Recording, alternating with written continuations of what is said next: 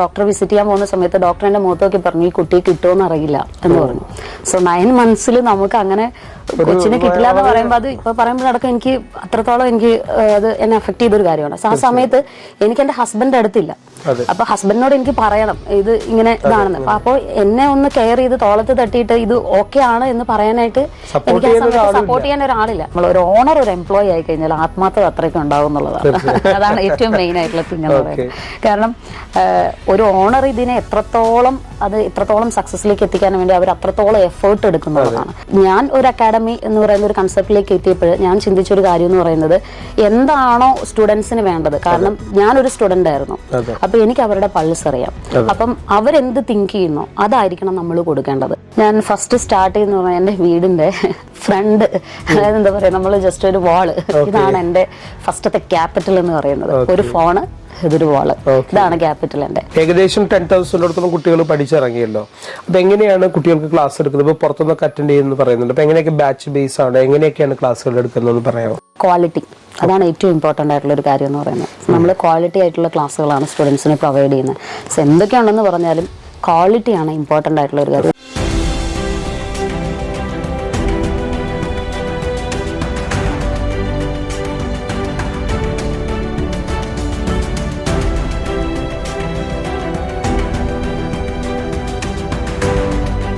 Turning പോയിന്റിന്റെ പുതിയൊരു എപ്പിസോഡിലേക്ക് നിങ്ങൾക്ക് ഏവർക്കും സ്വാഗതം. ഇന്ന് നമ്മുടെ അതിഥി, സത്യത്തിൽ നമ്മളൊരു അക്കാഡമി സ്റ്റാർട്ട് ചെയ്ത് പരസ്യം കൊടുത്ത് കുട്ടികളെ അട്രാക്ട് ചെയ്ത് പഠിപ്പിക്കുകയാണ് സാധാരണ ചെയ്യുന്നത്. ഇവിടെ നേരെ മറിച്ച് കുട്ടികളുടെ നിർബന്ധപ്രകാരം ഒരു ഇൻസ്റ്റിറ്റ്യൂട്ട് സ്റ്റാർട്ട് ചെയ്ത് ഏകദേശം 10,000-ഓളം സ്റ്റുഡൻസിനെ ഈ കഴിഞ്ഞ ഒരു വർഷത്തിനുള്ളിൽ പഠിപ്പിച്ചുകൊണ്ടിരിക്കുന്ന ടിൻസീസ് അക്കാഡമിയുടെ സാരഥി ടിൻസി സേവ്യറാണ് നമ്മുടെ ഇവിടെ ഉള്ളത്. അദ്ദേഹത്തെ പ്രോഗ്രാമിലേക്ക് നമുക്ക് ഹാർദവമായി സ്വാഗതം ചെയ്യാം. വെൽക്കം മാം. വെൽക്കം. ടിൻസിയുടെ ലൈഫ് എന്നെ കേട്ടപ്പോൾ വളരെ അത്ഭുതം തോന്നിയിരിക്കും. ഇപ്പോൾ ടിൻസീസ് അക്കാഡമി തുടങ്ങിയിരിക്കുന്നു. അപ്പോൾ ആദ്യം തന്നെ നമുക്ക് എവിടെയാണ് ജനിച്ചത്, പഠിച്ചത്, ഫാമിലി, ഇതിനെക്കുറിച്ചൊക്കെ സംസാരിച്ചിട്ട് ഇൻ്റർവ്യൂവിലേക്ക് കിടക്കാം. സോ ഞങ്ങൾ 2 പേരാണ് ഫാമിലിയിലുള്ളത്. ഞാനും എൻ്റെ സിസ്റ്ററുമാണ്. സോ ഞങ്ങൾ 2 പേരും നഴ്സാണ്. ഞങ്ങൾ 2 പേരും കല്യാണം കഴിച്ചിരിക്കുന്നതും നഴ്സുമാരെ തന്നെയാണ്. സോ ബേസിക്കലി ഒരു ഫാമിലി കംപ്ലീറ്റ് നഴ്സാണെന്ന് പറയാം. അതുപോലെ തന്നെ എൻ്റെ ഹസ്ബൻഡിന്റെ സിസ്റ്റേഴ്സും നഴ്സുമാരാണ്. അപ്പോൾ കംപ്ലീറ്റ്ലി നമ്മളൊരു പാക്കേജാണ്. മൊത്തം നഴ്സുമാർ തന്നെയാണ് ഫാമിലി ഫുള്ളുള്ളത്. വെരി ഗുഡ് പ്രൊഫഷനാണ് നഴ്സിംഗ്. അപ്പം I am also proud to, ഒത്തിരി പ്രൗഡ് ചെയ്യുന്നു അങ്ങനെ ഒരു നഴ്സിംഗ് പ്രൊഫഷൻ ചൂസ് ചെയ്തതിന്. സോ ഞാൻ പഠിച്ചത് പാലക്കാടാണ്. സോ ഇപ്പം സെറ്റിൽഡ് ആയിരിക്കുന്നത് ചാലക്കുടിയിലാണ്. പഠിച്ചത് പാലക്കാടും സെറ്റിൽഡ് ചാലക്കുടിയിലാണ്. ഇതിനിടയിലുള്ള എവിടെയാണ് നഴ്സിംഗ് ചെയ്തത്, എവിടെയൊക്കെ വർക്ക് ചെയ്തു? സോ നമ്മൾ നഴ്സിംഗ് ചെയ്തത് ഞാൻ ബാംഗ്ലൂരാണ്. സോ അതിനുശേഷം പിന്നീട് എൻ്റെ കരിയർ, അതായത് ഞാൻ വിചാരിച്ചിട്ടുണ്ടായിരുന്നത് ക്ലിനിക്കൽ ഫീൽഡ് എടുക്കുന്നതിനേക്കാളും കുറച്ചും കൂടെ ടീച്ചിങ് ഫീൽഡ് ആണ് എന്ന് അന്നേ തന്നെ നമുക്കൊരു ചെറിയൊരു ടീച്ചിങ് ഫീൽഡിനോട് ചെറിയൊരു പാഷൻ ഉണ്ടായിരുന്നു. അപ്പം ഞാൻ അതുകൊണ്ട് തന്നെ specialisation cardiovascular thoracic nursing West ബംഗാളിൽ ചെയ്തിട്ടുണ്ടായിരുന്നു. സോ അതിനുശേഷം ടീച്ചിങ് ഫീൽഡിലേക്ക് പോകാമെന്ന് വിചാരിച്ചപ്പോൾ പിന്നെ കുറച്ചും കൂടെ സ്കോപ്പ് നമുക്ക് ക്ലിനിക്കൽ ഫീൽഡിലേക്കാണെന്ന് തോന്നി. അങ്ങനെ ക്ലിനിക്കൽ ഫീൽഡിലേക്ക് തിരികെയാണ് ചെയ്തത്. സോ ആ ഒരു കാലഘട്ടത്തിൽ ഞാൻ യമനിലൊക്കെ വർക്ക് ചെയ്തിട്ടുണ്ടായിരുന്നു. ഫസ്റ്റ് ഓഫ് ഓൾ എൻ്റെ കരിയറിന്റെ ബിഗിനിങ് സ്റ്റേജിൽ യമനിൽ വർക്ക് ചെയ്തിട്ടുണ്ടായിരുന്നു. അന്ന് ഞാൻ മാരീഡ് അല്ല. സോ ആ സമയത്ത് ലൈക്ക് യമനിൽ അവിടെ വാറൊക്കെ നടന്നിരിക്കുന്ന സമയമായിരുന്നു. അപ്പം ഹസ്ബൻഡ് ഓൾറെഡി ഞങ്ങൾ കല്യാണം ഫിക്സ് ചെയ്തിരിക്കുന്ന ഒരു സമയമായിരുന്നു. സോ ആ സമയത്താണ് അപ്പോൾ ഒത്തിരി ടെൻഷനും കാര്യങ്ങളൊക്കെ ആ സമയത്തുണ്ട്. സോ സത്യം പറഞ്ഞു കഴിഞ്ഞാൽ ജീവൻ കൈ പിടിച്ചിട്ട് നിൽക്കുന്ന ഒരു ടൈമായിരുന്നു അത്. കാരണം അത് നമുക്ക് ഓർക്കാൻ പറ്റത്തില്ല അത്രത്തോളം ഒരു ഇല്ല. കാരണം നമുക്ക് ആർക്കും സപ്പോർട്ടിന് ആരും ഇല്ല. സോ ആ ഒരു സമയത്ത് നമുക്ക് ആരും തന്നെ സപ്പോർട്ടിനില്ലാത്ത ഒരു ടൈമാണ്. സോ നമ്മൾ ഒറ്റപ്പെട്ട് നിൽക്കുന്ന ഒരു സമയം. അതുപോലെ തന്നെ നമുക്ക് അറിയത്തില്ല നമുക്ക് നാട്ടിലെത്താൻ പറ്റുമോ ഇല്ലയോ എന്ന് അറിയത്തില്ല. അതും നമ്മുടെ ഏറ്റവും സന്തോഷകരമായ ഒരു നിമിഷത്തിൽ എന്നുള്ളതാണ് ഏറ്റവും ഇമ്പോർട്ടൻ്റ്. കാരണം നമ്മുടെ കല്യാണം ഉറപ്പിച്ച നമ്മൾ ആ ഒരു ഹാപ്പിനെസ്സിൽ ഇരിക്കുന്ന ആ ഒരു സമയത്ത് നമുക്ക് നാട്ടിലെത്താം. അപ്പം അത്രയും ഒരു ഹാപ്പിനെസ് ആയിട്ടുള്ള ഒരു മൊമെന്റിൽ നമുക്ക് നാട്ടിലെത്തിച്ചേരാൻ പറ്റുന്നില്ല. മാത്രമല്ല നമ്മുടെ ജീവിതം ഇനിയുണ്ടോ മുന്നോട്ടുണ്ടോ എന്നും കൂടെ അറിയാൻ പറ്റാത്ത ഒരു കാര്യം കൂടെ അറിയത്തില്ല. കാരണം നമ്മൾ പുറത്തേക്ക് വിൻഡോ തുറന്ന് നമ്മൾ നോക്കിക്കഴിഞ്ഞ് കഴിഞ്ഞാൽ ഫുള്ള് വാറ്, അതുപോലെ തന്നെ ഷെല്ലാക്രമണങ്ങൾ അങ്ങനെയൊക്കെ ആയിരുന്നു. നമ്മൾ കട്ടിലിന്റെ അടിയിലൊക്കെയാണ്. നമ്മൾ ആ സമയത്ത് അവർ നമ്മളോട് പറയും നിങ്ങൾ പുറത്ത് നിൽക്കരുത്, കാരണം ഈ ജനലിൽ കൂടെ വിൻഡോയിൽ കൂടെ ഷെല്ല് ഒക്കെ വരും. അപ്പോൾ അതുകൊണ്ട് നിങ്ങൾ കട്ടിലുകളെല്ലാം കൂടെ അടുപ്പിച്ചിട്ടിട്ട് അതിന്റെ താഴത്ത് ഇരിക്കണം എന്ന് പറഞ്ഞിട്ടുള്ള അത്രയും ഒരു അവസരമൊക്കെ നമുക്ക് ഉണ്ടായിട്ടുണ്ട്. സോ അപ്പോൾ അവിടെ നിന്ന് അന്ന് ഗവൺമെന്റ് എനിക്ക് തോന്നുന്നു നമ്മുടെ അന്നത്തെ ഗവൺമെൻറ് എടുത്ത ആ ഒരു ഇനീഷ്യേറ്റീവിലാണ് നമ്മളെല്ലാവരും, ഞങ്ങളോടൊപ്പം ഉള്ള കുറച്ച് പേരുണ്ടായിരുന്നു, എല്ലാവരും നാട്ടിലേക്ക് എത്തിയത്. അത് ഭയങ്കര ഒരു എക്സ്പീരിയൻസ് ആയിരുന്നു, പറഞ്ഞ് നമുക്കത് അറിയിക്കാൻ പറ്റാത്ത അത്രയും ഒരു ഇതായിരുന്നു. ട്വിൻസീസ് അക്കാഡമി സ്റ്റാർട്ട് ചെയ്യാനുള്ള ആ ഒരു പ്രചോദനം എന്താണ്? സോ നമ്മൾ അന്ന് അതിനുശേഷം പിന്നീട് നമ്മുടെ ലൈഫിൽ ഒരുപാട് കാര്യങ്ങൾ ഉണ്ടായിട്ടുണ്ട്. ഞാൻ 9 മന്ത് പ്രഗ്നൻ്റ് ആയിട്ടിരിക്കുന്ന സമയത്ത്, കൺസീവ് ആയിരിക്കുന്ന സമയത്ത് എനിക്ക് 9 മന്തിൽ കൊറോണ വന്നു. സോ കൊറോണ വന്ന സമയത്ത് ഞങ്ങൾ രണ്ടുപേരും വർക്ക് ചെയ്യുന്നത് മസ്കറ്റിലാണ്. സോ പക്ഷേ അവിടുത്തെ പ്രോബ്ലം എന്താണെന്ന് വെച്ച് കഴിഞ്ഞാൽ ഹസ്ബൻഡ് എൻ്റെ അടുത്ത് നിന്ന് ഒത്തിരി മാറിയിട്ടാണ്, ഡെസേർട്ടിലാണ് വർക്ക് ചെയ്യുന്നത്. അപ്പം നാട്ടിൽ നിന്ന് ആർക്കും കയറി വരാൻ പറ്റത്തില്ല, കാരണം ആ സമയത്ത് നമ്മളെ എല്ലാം ബ്ലോക്ക് ചെയ്തിരിക്കുമായിരുന്നു. സോ അപ്പോൾ അതുകൊണ്ട് ആ ഒരു പ്രോബ്ലം ഉണ്ടായിരുന്നു, വിസ കിട്ടുന്നില്ല, ആർക്കും വരാൻ പറ്റുന്നില്ല. സോ എൻ്റെ നമ്മൾ ഒറ്റയ്ക്കായ ഒരു അവസ്ഥ. സോ അപ്പോൾ ആ സമയത്ത് ഞാൻ എൻ്റെ വിസിറ്റിന്, അതായത് ഡോക്ടറെ വിസിറ്റ് ചെയ്യാൻ പോകുന്ന സമയത്ത് ഡോക്ടർ എൻ്റെ മുഖത്തൊക്കെ പറഞ്ഞു, ഈ കുട്ടിയെ കിട്ടുമോ അറിയില്ല എന്ന് പറഞ്ഞു. സോ 9 മന്ത്സിൽ നമുക്ക് അങ്ങനെ കൊച്ചിനെ കിട്ടില്ല എന്ന് പറയുമ്പോൾ, അത് ഇപ്പോൾ പറയുമ്പോഴടക്കം എനിക്ക് അത്രത്തോളം എനിക്ക് അത് എന്നെ അഫക്റ്റ് ചെയ്തൊരു കാര്യമാണ്. സോ ആ സമയത്ത് എനിക്ക് എൻ്റെ ഹസ്ബൻഡ് അടുത്തില്ല. അപ്പോൾ ഹസ്ബൻഡിനോട് എനിക്ക് പറയണം ഇത് ഇങ്ങനെ ഇതാണെന്ന്. അപ്പോൾ എന്നെ ഒന്ന് കെയർ ചെയ്ത് തോളത്ത് തട്ടിയിട്ട് ഇത് ഓക്കെ ആണ് എന്ന് പറയാനായിട്ട് എനിക്ക് ആ സമയത്ത് സപ്പോർട്ട് ചെയ്യാൻ ഒരാളില്ല. അന്ന് ഞാൻ മനസ്സിലാക്കി ഫാമിലി സപ്പോർട്ട് എത്രത്തോളം ഇമ്പോർട്ടൻ്റ് ആണെന്നുള്ളൊരു കാര്യം. സോ അപ്പം നമ്മുടെ ഫാമിലി നമ്മുടെ ഒപ്പം ഉണ്ടെങ്കിൽ ഡെഫിനറ്റ്ലി നമുക്ക് ഒരാൾ കൂടെ ഉണ്ടെന്നുള്ളത്. അപ്പോൾ എനിക്ക് എൻ്റെ ഹോസ്പിറ്റൽ ഒത്തിരി ഹെൽപ്പ് ചെയ്തു. ഡെഫിനറ്റ്ലി ഹോസ്പിറ്റൽ ഒരുപാട് ഹെൽപ്ഫുൾ ആയിരുന്നു. ഞാൻ വർക്ക് ചെയ്ത മസ്കറ്റിലെ ബദറുൽസമ്മ എന്ന് പറയുന്ന ഹോസ്പിറ്റലാണ്. അവിടുത്തെ ഡോക്ടറുടെ നെയിം ഞാൻ പ്രത്യേകം മെൻഷൻ ചെയ്യണം. സോ ഡോക്ടർ എന്നോട് പറഞ്ഞൊരു കാര്യം എന്ന് പറയുന്നത്, പേടിക്കണ്ട, സോ നമ്മളെല്ലാവരും ഉണ്ട് നിങ്ങളുടെ കൂടെ എന്ന് പറഞ്ഞു. അദ്ദേഹത്തിൻ്റെ അവരുടെ സോ ഹസ്ബൻഡ് ഡോക്ടർ മണികണ്ഠൻ എന്ന് പറയുന്ന അനസ്തെറ്റിസ്റ്റാണ്.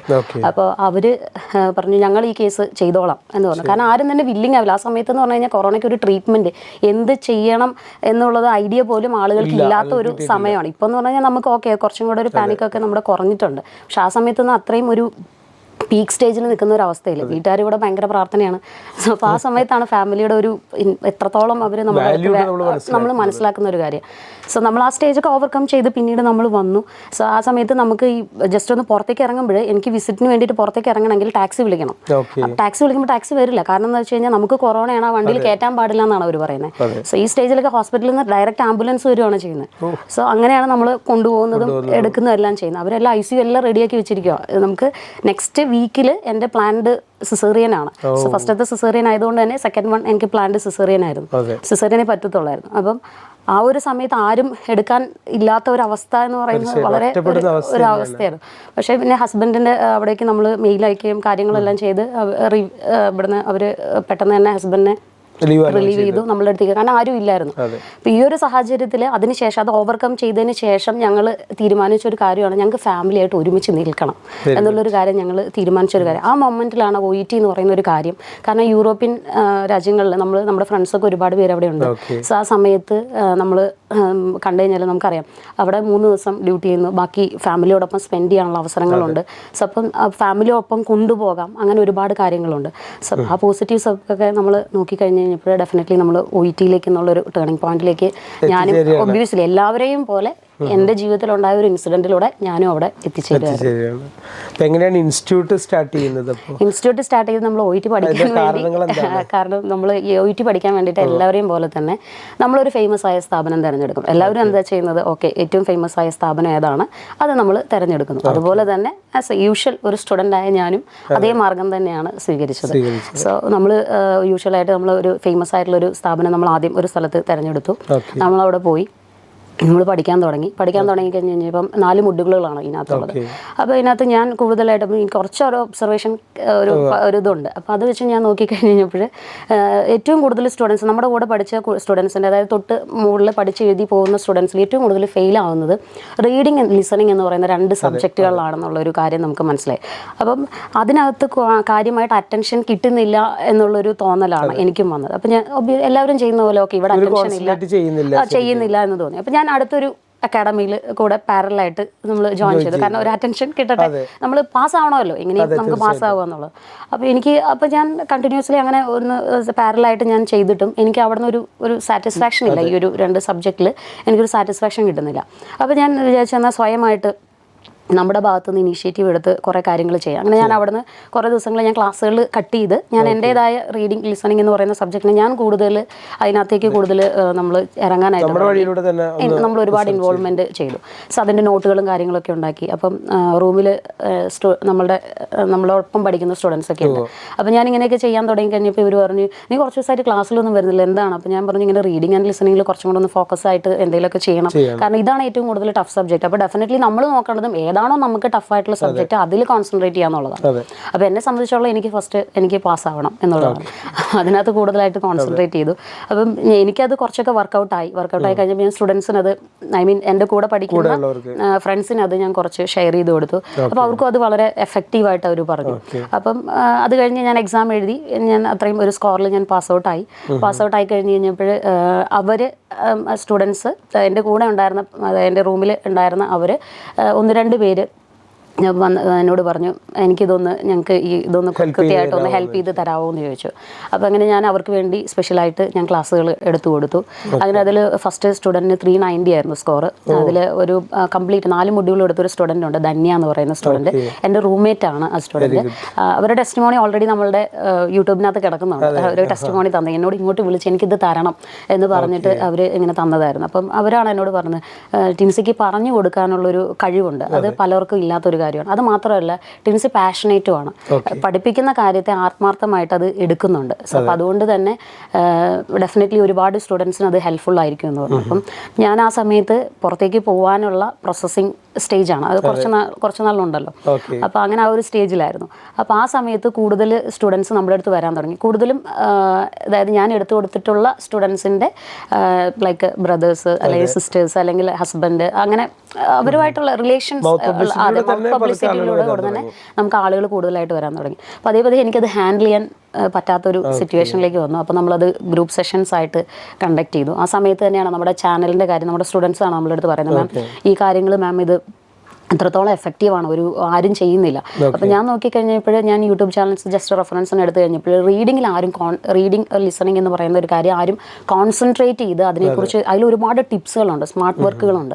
സോ ഇതാരും എക്സ്പ്ലോർ ചെയ്തിട്ടില്ല. സോ അപ്പോൾ അങ്ങനെയാണ് നമ്മളത് എക്സ്പ്ലോർ ചെയ്യണം എന്നുള്ളൊരു കാര്യത്തിൽ നമ്മളത് സ്റ്റാർട്ട് ചെയ്തത്. സോ അത് നല്ല രീതിയിൽ വർക്കൗട്ടായി. പിന്നെ അതുപോലെ തന്നെ റൈറ്റിംഗ് ആൻഡ് സ്പീക്കിങ്ങിന് ഒരുപാട് ടൈം സ്റ്റുഡൻസ് സ്പെൻഡ് ചെയ്യുന്നതായിട്ട് തോന്നി. റീഡിങ് ലിസണിങ്ങിന് അത്ര ടൈം കൊടുക്കുന്നില്ല. അപ്പം ഞാൻ ഒരു അക്കാഡമി എന്ന് പറയുന്ന ഒരു കൺസെപ്റ്റിലേക്ക് എത്തിയപ്പോൾ ഞാൻ ചിന്തിച്ചൊരു കാര്യം എന്ന് പറയുന്നത് എന്താണോ സ്റ്റുഡൻസിന് വേണ്ടത്. കാരണം ഞാനൊരു സ്റ്റുഡൻ്റ് ആയിരുന്നു, അപ്പോൾ എനിക്ക് അവരുടെ പൾസ് അറിയാം. അപ്പം അവരെന്ത് തിങ്ക് ചെയ്യുന്നോ അതായിരിക്കണം നമ്മൾ കൊടുക്കേണ്ടത്. സോ ആ ഒരു കാര്യമാണ് ഞാൻ അവിടെ എൻ്റെ ഒരു തിങ്കിങ്ങിൽ വന്നൊരു കാര്യം. അതാണ് നമ്മുടെ അക്കാഡമിയിലും ഞാൻ ഇംപ്ലിമെൻ്റ് ചെയ്തത്. അങ്ങനെയാണ് അതിൻ്റെ ഒരു തുടക്കം. ഇത് തുടങ്ങുമ്പോൾ നമുക്ക് നമ്മുടെ മൂലധനവും ഇപ്പോഴത്തെ അവസ്ഥയും ഇപ്പം എത്ര നാളായി തുടങ്ങിയിട്ട്? നമുക്കൊരു 1 year ആണ് നമ്മളിപ്പം നമ്മുടെ ജേർണി കംപ്ലീറ്റ് ആയിട്ടിരിക്കും. പക്ഷേ 1 yearനുള്ളിൽ ഇത്രയും സക്സസ്ഫുൾ ആവാന്ന് പറഞ്ഞാൽ നിസ്സാര കാര്യമല്ല. കാരണം അത്രയും കോമ്പറ്റീറ്റേഴ്സ് നമ്മുടെ മുമ്പിലുണ്ട് ശരിക്കും, അല്ലേ? അപ്പോൾ ഇത് തുടങ്ങുമ്പോൾ ഉള്ള ഒരു ക്യാപിറ്റലും എങ്ങനെയൊക്കെയാണ് അതിൻ്റെ ഇപ്പോഴത്തെ അവസ്ഥ? ഞാൻ ഫസ്റ്റ് സ്റ്റാർട്ട് ചെയ്യുന്ന പറഞ്ഞാൽ എൻ്റെ വീടിൻ്റെ ഫ്രണ്ട്, അതായത് എന്താ പറയുക, നമ്മൾ ജസ്റ്റ് ഒരു വാള്, ഇതാണ് എൻ്റെ ഫസ്റ്റത്തെ ക്യാപിറ്റൽ എന്ന് പറയുന്നത്. ഒരു ഫോണ്, ഇതൊരു വാള്, ഇതാണ് ക്യാപിറ്റൽ എൻ്റെ. സോ അവിടെ നിന്നാണ് ഞാൻ സ്റ്റാർട്ട് ചെയ്തത്. ഇന്നിപ്പോൾ നമ്മളുടെ അടുത്ത് നിന്ന് ഒരു 500 to 700 സ്റ്റുഡൻസ് നമുക്ക് മന്ത്ലി പാസ് ഔട്ട് ആയിട്ട് പോകുന്നുണ്ട്. സോ ഇതാണ് നമ്മുടെ പ്രസന്റ് സ്റ്റേജ് എന്ന് പറയുന്നത്. ഇത്രയും ഈ ഒരു വർഷത്തിനുള്ളിൽ എത്രത്തോളം കുട്ടികളെ പഠിപ്പിച്ചിട്ടുണ്ടാവും? ആക്ച്വലി ഒരു 10,000 above നമുക്ക് വന്നിട്ടുണ്ടാവുന്നതാണ് ഒരു അപ്രോക്സിമേറ്റ് കാൽക്കുലേഷൻ എനിക്ക് പറയാനായിട്ട്. എന്താണ് ഇപ്പോൾ തോന്നുന്നത് നമ്മൾ പാസ്റ്റിലേക്ക് നോക്കി കഴിഞ്ഞിട്ട് ഇപ്പോഴത്തെ അവസ്ഥയിൽ സക്സസ് എന്ന് പറയുമ്പോൾ എന്താണ് അച്ചീവ്മെന്റ്സ് എല്ലാം ഉള്ളത്? നമ്മളുടെ പാഷൻ അത് നമ്മൾ ഡെവലപ്പ് ചെയ്തെടുക്കുക. നമ്മളുടെ പാഷൻ എന്താണോ സോ അതിന്റെ പുറകെ നമ്മൾ പോയാൽ ഡെഫിനറ്റ്ലി നമുക്ക് സക്സസ്ഫുൾ ആവും എന്നുള്ളതാണ് നമുക്ക് പറയാനുള്ളത്. ഞാൻ എൻ്റെ പാഷനെ ഞാൻ തിരിച്ചറിഞ്ഞു. അത് എനിക്ക് അതിന് സഹായിച്ചത് ഡെഫിനറ്റ്ലി എൻ്റെ സ്റ്റുഡൻസ് ആണ്. അതുപോലെ തന്നെ ഇന്നിപ്പോൾ ഈ അക്കാഡമി ഇവിടെ എത്തി നിൽക്കാൻ കാരണം എന്ന് പറയുന്നത് എൻ്റെ പുറകിൽ എൻ്റെ അത്രയും സപ്പോർട്ട് ചെയ്യുന്ന ഒരുപാട് ട്രെയിനേഴ്സ് ഉണ്ട്. സോ ഞാൻ പറഞ്ഞു ഓൾറെഡി നമ്മൾ ഈ ഓരോ മൊഡ്യൂളിന് ഞാൻ ട്രെയിനേഴ്സിനെ സെലക്ട് ചെയ്യുന്ന സമയത്ത് ഞാൻ നോക്കുന്നത് അവർ പാഷനേറ്റ് ആണോ എന്നുള്ള കാര്യമാണ്. സോ എല്ലാത്തിനും ഉപരിയായിട്ട് സ്കോറും കാര്യങ്ങളെല്ലാം നമ്മൾ എടുക്കുന്നുണ്ട്, എന്നാൽ പോലും അവരതിൽ പാഷനേറ്റ് ആയിരുന്നു എന്നുള്ളൊരു കാര്യം കൂടെ നമ്മൾ കൺസിഡർ ചെയ്യും. കാരണം അതുണ്ടെങ്കിൽ മാത്രമേ കൃത്യമായിട്ട് എഫക്റ്റീവായിട്ട് സ്റ്റുഡൻസിലോട്ട് കാര്യങ്ങൾ ഡെലിവർ ചെയ്യാനായിട്ട് അവർക്ക് സാധിക്കുള്ളൂ എന്നുള്ളത്. നമുക്ക് എത്ര സ്കോർ കിട്ടി എന്നുള്ളതല്ല, നമ്മൾ പലരും +1 ഏറ്റവും ഹയസ്റ്റ് മാർക്ക് എടുത്തിട്ടുള്ളവരായിരിക്കും നഴ്സിംഗിൽ. പക്ഷേ അത് മറ്റൊരാളിലേക്ക് കൺവേ ചെയ്യാനുള്ള ഒരു കഴിവും അതിലുള്ള ആത്മാർത്ഥതയും കൂടെ വേണം. സോ ഇത് മിക്സപ്പ് ചെയ്തിട്ട് വേണം നമ്മളിപ്പോഴും ഒരു ട്രെയിനറെ നമ്മൾ സെലക്ട് ചെയ്യാനായിട്ട്. സോ അപ്പോൾ അതുകൊണ്ട് തന്നെയാണ് എനിക്ക് എൻ്റെ അക്കാഡമിയിലേക്ക്, നമ്മുടെ ടിൻസീസ് അക്കാഡമിയിലേക്ക് ട്രെയിനേഴ്സിനെ സെലക്ട് ചെയ്യുമ്പോൾ അത്തരത്തിലുള്ള ട്രെയിനേഴ്സിനെയാണ് കൺസിഡർ ചെയ്യുന്നത്. നമുക്ക് ഓൾമോസ്റ്റ് 250 എബവ് ട്രെയിനേഴ്സ് നമുക്ക് വരുന്നുണ്ട്. ഇൻഡിവിജ്വലായിട്ട് പല ഭാഗങ്ങളിൽ നിന്നും എടുത്തു കൊടുക്കുന്ന ട്രെയിനേഴ്സ് നമുക്കുണ്ട്. എങ്ങനെയൊക്കെയാണ് ഇത് കോർഡിനേറ്റ് ചെയ്യുന്നത്? ആക്ച്വലി എനിക്ക് ഹാൻഡിൽ ചെയ്യാൻ പറ്റാതായപ്പോൾ എൻ്റെ ഹസ്ബൻഡ് പുറത്തായിരുന്നു വർക്ക് ചെയ്യുന്നത്. ഡെസേർട്ടിൽ മെഡിക്കൽ ഓഫീസറായിട്ടാണ് വർക്ക് ചെയ്യുന്നുണ്ടായിരുന്നത്. സോ അദ്ദേഹത്തിന്റെ സഹായം എനിക്ക് ആവശ്യമാണ്.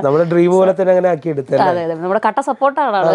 നമ്മുടെ പുറകിൽ നിന്ന് നമ്മുടെ ബാക്ക് ബോൺ ആയിട്ട് സപ്പോർട്ടാണ്. ആദ്യമായിട്ട് ഒരു ചാനൽ തുടങ്ങുന്നതിന്റെ കാര്യം പറഞ്ഞപ്പോഴേ ഞാൻ കുറച്ചൊരു പുറകിലോട്ട് നിൽക്കുന്ന ഒരാളും കൂടെ ആയിരുന്നു. കാരണം ക്ലാസ്സുകൾ എടുത്തു കൊടുക്കാൻ പാഷനേറ്റ് ആണെന്നിരുന്നാൽ പോലും അപ്പോൾ ആളാണ് പറഞ്ഞത്, സ്റ്റുഡൻസ്, ഞാൻ പറഞ്ഞു ഇങ്ങനെ സ്റ്റുഡൻസ് പറയുന്നുണ്ട് ഇങ്ങനെ ചാനലിൻ്റെ കാര്യം, അതുപോലെ തന്നെ ഇത് അവർക്ക് പറഞ്ഞു കൊടുത്തുകൂടെ ഒരു ഇതായിട്ട് എന്ന് പറഞ്ഞു. അപ്പം പുള്ളിയാണ് എന്നെ അവിടെ നിന്ന് അത് അതിനെന്താ കുഴപ്പം, ഒരു കുഴപ്പമില്ല, അത് സ്റ്റാർട്ട് ചെയ്യും, നല്ലൊരു കാര്യമല്ലേ അവർ പറഞ്ഞത്, അപ്പം സ്റ്റാർട്ട് ചെയ്യുമെന്ന് പറഞ്ഞു. നാളെ ഇതുവരെയും ഇവിടം വരെയും അത്രത്തോളം സപ്പോർട്ടീവായിട്ടാണ്. ഉണ്ട്, ഡെഫിനറ്റ്ലി ഉണ്ട്. ഇല്ലെങ്കിൽ ഞാനില്ല. അപ്പോൾ ഞാൻ ചോദിക്കുന്നത്, ഇപ്പോൾ എന്തൊക്കെ കോഴ്സുകളാണ് ഇപ്പോൾ ടിൻസീസ് അക്കാഡമി പ്രൊവൈഡ് ചെയ്യുന്നത്? നമ്മൾ ആദ്യമായിട്ട് സ്റ്റാർട്ട് ചെയ്ത് OET തന്നെയാണ്. സോ OET നമ്മൾ സ്റ്റാർട്ട് ചെയ്തു. അതിനുശേഷം അതിൻ്റെ തുടർ പഠനമായ CBT എന്ന് പറയുന്ന കോഴ്സ് നമ്മൾ സ്റ്റാർട്ട് ചെയ്തു. അത് നമ്മുടെ അക്കാഡമി മാത്രമാണ് ഇൻഡിവിജ്വൽ അറ്റൻഷൻ കൊടുക്കുന്നത്.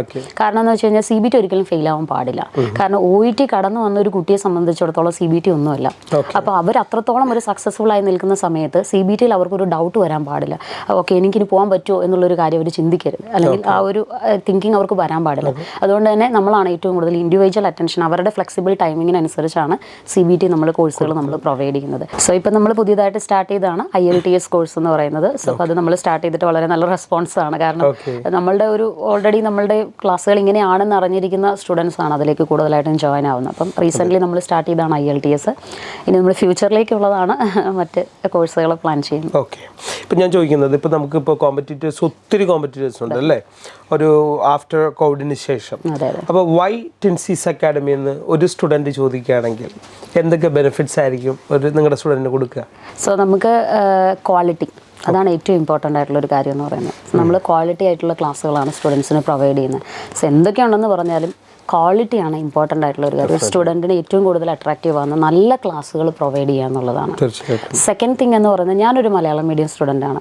അപ്പം ഞാൻ എന്തൊക്കെ ഒബ്സ്റ്റാക്കിൾസ്, എന്തൊക്കെ തടസ്സങ്ങളാണ് ഇതിൽ എനിക്ക് വന്നിട്ടുള്ളതെന്ന് എനിക്ക് കൃത്യമായിട്ട് അറിയാം. ഒരു ബേസ് ലെവലിൽ നിന്നാണ് ഓരോ സ്റ്റുഡൻറ്റും ആഗ്രഹിക്കുന്നത് അവർ തുടങ്ങാനായിട്ട്. സോ അപ്പോൾ ആ ബേസ് ലെവലിൽ നിന്നുള്ള ക്ലാസ്സുകളാണ് നമ്മൾ പ്രൊവൈഡ് ചെയ്യുന്നത് എന്നുള്ളതാണ് നമ്മുടെ ടിൻസീസ് അക്കാഡമിയുടെ പ്രത്യേകത. ഏകദേശം 10,000 കുട്ടികൾ പഠിച്ചിറങ്ങിയല്ലോ. അപ്പോൾ എങ്ങനെയാണ് കുട്ടികൾക്ക് ക്ലാസ് എടുക്കുന്നത്? ഇപ്പോൾ പുറത്തുനിന്നൊക്കെ അറ്റൻഡ് ചെയ്യുമെന്ന് പറയുന്നുണ്ട്. അപ്പോൾ എങ്ങനെയൊക്കെ ബാച്ച് ബേസ് ആണ്, എങ്ങനെയൊക്കെയാണ് ക്ലാസ്സുകൾ എടുക്കുന്നതെന്ന് പറയാമോ? നമുക്ക് എവറി മൺഡേ ആണ് ബാച്ചുകൾ സ്റ്റാർട്ട് ചെയ്യുന്നത്. അതുപോലെ തന്നെ സ്റ്റുഡൻസിൻ്റെ ഞാൻ ഒരു സ്റ്റുഡൻ്റ് ആയിരുന്നപ്പോൾ ഞാൻ കണ്ട ഒരു കാര്യം എന്ന് പറയുന്നത്, ഒന്ന് ബേസ് ലെവലിൽ ക്ലാസ് കൊടുക്കുക എന്നുള്ളതാണ്, മറ്റൊന്നൊരു ഫ്ലെക്സിബിലിറ്റി കീപ്പ് ചെയ്യുക എന്നുള്ളതാണ്. കാരണം മോസ്റ്റ് ഓഫ് ദി സ്റ്റുഡൻസ് എന്ന് പറയുന്നത് അവർ വർക്കിംഗ് ആയിരിക്കും. സോ അപ്പോൾ അവർക്ക് ഫ്ലെക്സിബിൾ ടൈമിങ്സ് വേണം. സോ അപ്പോൾ നമ്മൾ എത്ര പ്രാവശ്യം എടുത്തു കൊടുക്കാനും നമ്മൾ റെഡിയാണ്. സോ അപ്പോൾ അവർക്ക് നമ്മൾ ട്രെയിനേഴ്സിനെ ഇൻഡിവിജ്വലായിട്ട് അസൈൻ ചെയ്യാറുണ്ട്. സോ അവർ പറയുന്ന ടൈമിലാണ് ക്ലാസ്സുകൾ കണ്ടക്ട് ചെയ്ത് കൊടുക്കുന്നത്. കാരണം ഇപ്പോൾ ഡ്യൂട്ടി ഒക്കെ കഴിഞ്ഞ് വന്ന് ഈവനിങ്ങിൽ വേണമെങ്കിൽ അങ്ങനെ, മോർണിംഗിൽ വേണമെങ്കിൽ അങ്ങനെ. സോ അപ്പോൾ ആ ഒരു അവരുടെ കൺവീനിയൻസ് അനുസരിച്ച് അവർക്ക് ക്ലാസ്സുകൾ നമ്മൾ സ്റ്റുഡൻസിനെ ട്രെയിനേഴ്സിനെ നമ്മൾ അവർക്ക് കൊടുക്കാറുണ്ട്. സോ അതോടൊപ്പം തന്നെ നമ്മുടെ മറ്റ് 2 ക്ലാസ്സുകൾ, ലിസണിങ് അതുപോലെ തന്നെ റീഡിംഗ് എന്ന് പറയുന്നത്, നമുക്ക് രാവിലെയും വൈകുന്നേരം ഒരേ സെയിം ക്ലാസ്സുകൾ നമ്മൾ കണ്ടക്ട് ചെയ്യുന്നുണ്ട്. സോ അപ്പോൾ അത് അവർക്ക് കൺവീനിയൻസ് അനുസരിച്ച് മോർണിംഗ് ക്ലാസ്സിലോ ഈവനിങ് ക്ലാസ്സിലോ ഒക്കെ കയറാം. ഈവൻ ലേറ്റ് നൈറ്റ് വരെ നമ്മൾ ക്ലാസ് അറേഞ്ച് ചെയ്യുന്നുണ്ട്. 11 PM സെക്ഷൻ വരെ നമുക്കുണ്ട്. സമയത്തിനനുസരിച്ച് മിഡിൽ ഈസ്റ്റിൻ്റെ ടൈമിനനുസരിച്ച് അവർ 11 PM അവർ നമ്മളോട് ഒരു സെഷൻ പറയുകയും നമ്മൾ അത് പിന്നെ ആഡപ്പ് ചെയ്യുകയും ചെയ്തിട്ടുണ്ട്. സോ അപ്പോൾ അങ്ങനെയാണ് നമ്മൾ കൂടുതലായിട്ടും ക്ലാസ്സുകൾ അവർക്ക് പ്രൊവൈഡ് ചെയ്യുന്നത്. അതുപോലെ തന്നെ സ്റ്റുഡൻസിൻ്റെ ആക്റ്റീവ് പാർട്ടിസിപ്പേഷൻ ഇതിനകത്ത് ആവശ്യമാണ്. ഇത്രയും ടൈം നമ്മൾ ക്ലാസ്സുകൾ എടുക്കുന്നതെന്ന് പറയുന്നത് ഒരിക്കലും നമുക്കൊരു മോണോലോഗ് ആയിരിക്കരുത് അവർക്ക് കിട്ടരുത്. അതായത് ഇപ്പോൾ നമുക്ക് ഗൂഗിളിനകത്ത് അതല്ലെങ്കിൽ എന്തിലേക്ക് എടുത്തു കഴിഞ്ഞ് കഴിഞ്ഞാലും ക്ലാസ്സുകൾ ഇങ്ങനെയാണ് എന്നുള്ള ഒരു മോണോലോഗ്, അതായത് ഒരു റെക്കോർഡഡ് ക്ലാസ്സുകൾ അവൈലബിൾ ആണ് എല്ലായിടത്തും. അപ്പോൾ ഈ റെക്കോർഡഡ് ക്ലാസ് എന്ന് പറഞ്ഞാൽ മോണോലോഗാണ്. സ്റ്റുഡൻറ്റിന് അതിനകത്തേക്ക് ഇറങ്ങി ചെയ്യാനുള്ള ഒരു അവസരമില്ല. നമ്മളൊരു കാര്യം നമ്മൾ അതിലേക്ക് ഇറങ്ങി ചെയ്യുമ്പോഴാണ് അതിലെന്തൊക്കെ തടസ്സങ്ങളുണ്ടെന്ന് നമുക്ക് അറിയാൻ പറ്റുന്നത്. നമ്മൾ തന്നെ കൂടെ ഇരുന്ന് അവരെ കൊണ്ട് തന്നെ ആക്റ്റീവായിട്ട് നമ്മൾ അവരെ പാർട്ടിസിപ്പേറ്റ് ചെയ്യുകയും അവർ ഓരോ ടൈപ്പ് ഓഫ് ക്വസ്റ്റ്യനും എടുത്ത് അത് എന്ത് ടൈപ്പ് ഓഫ് ക്വസ്റ്റ്യൻ ആണെന്നും അതിന് ഏത് ടെക്നിക്ക് യൂസ് ചെയ്യണം.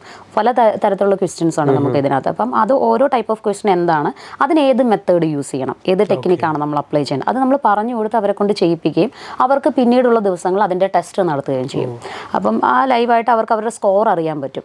അപ്പോൾ അങ്ങനെ അവരുടെ അതുപോലെ തന്നെ അവർക്ക് എത്രത്തോളം, അതായത് ഓരോ ഇപ്പോൾ കുറച്ച് നാൾ കഴിയുമ്പോൾ അവരുടെ ആ ഒരു ചേഞ്ചസ് അവർക്ക് മനസ്സിലാവും. ഫ്രം ദ ബിഗിനിങ് ജോയിൻ ചെയ്ത ഒരു ടൈം തൊട്ട് ഇപ്പോൾ അവർ ഏത് സ്റ്റേജിൽ എത്തി നിൽക്കുന്നു എന്നുള്ളൊരു കാര്യം സെൽഫ് അസസ് ചെയ്യാനായിട്ട് ഇൻഡിവിജ്വൽ ആയിട്ട് അവർക്ക് അവരെ ഇവാലുവേറ്റ് ചെയ്യാൻ പറ്റും. ഇൻഡിവിജ്വൽ അറ്റൻഷൻ ബേസിക്കലി നിങ്ങൾ കൊടുക്കുന്നുണ്ട്. അതാണ് ശരിക്കും സക്സസിന്റെ ഈ ഒരു നമ്മളൊരു ഗ്രൂപ്പ് ക്ലാസ് ആണെന്ന് പറയുന്നേ ഉള്ളൂ. പക്ഷേ ഇൻഡിവിജ്വലി കിട്ടുന്ന എല്ലാ അറ്റൻഷനും ഓരോ സ്റ്റുഡൻറ്റിനും അവിടെ കിട്ടുന്നുണ്ട്. അത് കൂടാതെ ഡൗട്ട് ക്ലിയറിംഗ് സെഷൻസ് ഉണ്ട്. അപ്പം ആ ഒരു ടൈമിൽ നമ്മൾ പിന്നെ അതുപോലെ തന്നെ നമ്മുടെ ക്ലാസ്സുകൾക്ക് ടൈം ലിമിറ്റ് ഇല്ല. ഇപ്പോൾ ചിലയിടത്തൊക്കെ പറയും 1 hour ആണ് റീഡിംഗ് സെഷൻ. നമുക്ക് റീഡിങ്ങിന് അങ്ങനെ 1 hour നമ്മൾ പറയാറില്ല. സ്റ്റാർട്ടിംഗ് ടൈം പറയും, എൻഡിങ് ടൈം നമ്മൾ പറയാറില്ല. കാരണം ഈ ക്ലാസ്സുകൾക്ക് ശേഷം ഓരോ സ്റ്റുഡൻറ്റിനും അവർക്ക് ഈച്ച് സ്റ്റുഡൻറ്റിനും അവരുടേതായിട്ടുള്ള ഡൗട്ടുകൾ ക്ലിയർ ചെയ്യാനുള്ള ഒരു അവസരം കൂടെ കൊടുക്കുന്നുണ്ട്. അപ്പം ഞാൻ എപ്പോഴും പറയും, ബാക്കിയുള്ളവരുടെ അടുത്ത് പറയും, നിങ്ങൾക്ക് ചിലപ്പോൾ ആ ഒരു ഡൗട്ട് ഉണ്ടാവില്ല, ആ സ്റ്റുഡൻറ്റിനായിരിക്കും ആ ഒരു ഡൗട്ട് വന്നത്. അത് ചോദിക്കുമ്പോഴായിരിക്കും നിങ്ങൾക്ക് മനസ്സിലാവും ഇങ്ങനെ ഒരു കാര്യം ഇതിനകത്തുണ്ടോ എന്ന്. അപ്പോൾ അത് നിങ്ങൾക്കുള്ള ഒരു അവസരവും കൂടിയാണ്. അപ്പം ആ ഒരു കാര്യം നമ്മൾ അതുകൊണ്ടാണ് നമ്മളത് പ്രൊമോട്ട് ചെയ്യുന്നത്. സോ അതുകൊണ്ട് തന്നെയാണ് നമുക്ക് ഏറ്റവും കൂടുതൽ സക്സസ് റേറ്റ് നമുക്ക് കിട്ടാനുള്ള ഒരു കാരണമെന്ന് ഞാൻ വിശ്വസിക്കുന്നത്. ഇപ്പോൾ ശരിക്കും ഒരു എംപ്ലോയി ആയിട്ട് വർക്ക് ചെയ്തു, ഇപ്പോൾ ഒരു ഓൺട്രപ്രണർ ആണ്. ശരിക്കും ഇത് രണ്ടും തമ്മിലുള്ള വ്യത്യാസം എന്താണ്? സോ ഇതിനകത്ത് ഒരു കാര്യം എന്ന് പറയുന്നത്, ഒരു എംപ്ലോയി, അതായത് നമ്മൾ ഒരു ഓണർ ഒരു എംപ്ലോയി ആയി കഴിഞ്ഞാൽ ആത്മാർത്ഥത അത്രയ്ക്കും ഉണ്ടാവും എന്നുള്ളതാണ്. അതാണ് ഏറ്റവും മെയിൻ ആയിട്ടുള്ള തിങ് എന്ന് പറയുന്നത്. കാരണം ഒരു ഓണർ ഇതിനെ എത്രത്തോളം സക്സസ്സിലേക്ക് എത്തിക്കാൻ വേണ്ടി അവർ അത്രത്തോളം എഫേർട്ട് എടുക്കുന്നുള്ളതാണ്. സോ അപ്പോൾ അതുകൊണ്ട് തന്നെ നമ്മൾ ഇതിനകത്തുള്ള എല്ലാ കാര്യങ്ങളും നമുക്ക് അറിയാവുന്നതാണ്. സോ അപ്പോൾ അതുകൊണ്ട് നമ്മൾ ഒരു ട്രെയിനറെ സെലക്ട് ചെയ്യുന്നത് മുതൽ നമ്മൾ ആ കാര്യങ്ങൾ അത്രത്തോളം ശ്രദ്ധിച്ചും സ്റ്റുഡൻസിന് അത്രത്തോളം എഫക്റ്റീവായ ക്ലാസ്സുകൾ കിട്ടണമെന്ന് നമ്മൾ ആഗ്രഹിക്കുന്നുണ്ട്. സോ വൺസ് ഒരു സ്റ്റുഡൻ്റ് ആയതുകൊണ്ട് അവരെന്ത് എക്സ്പെക്ട് ചെയ്യുന്നു എന്നുള്ളത് നമുക്ക് ഓൾറെഡി അറിയാമെന്നുള്ളതാണ് അതിൻ്റെ ഒരു ഹൈലൈറ്റ് എന്ന് പറയുന്നത്. എന്തൊക്കെയാണ് ഫ്യൂച്ചർ പ്ലാൻ?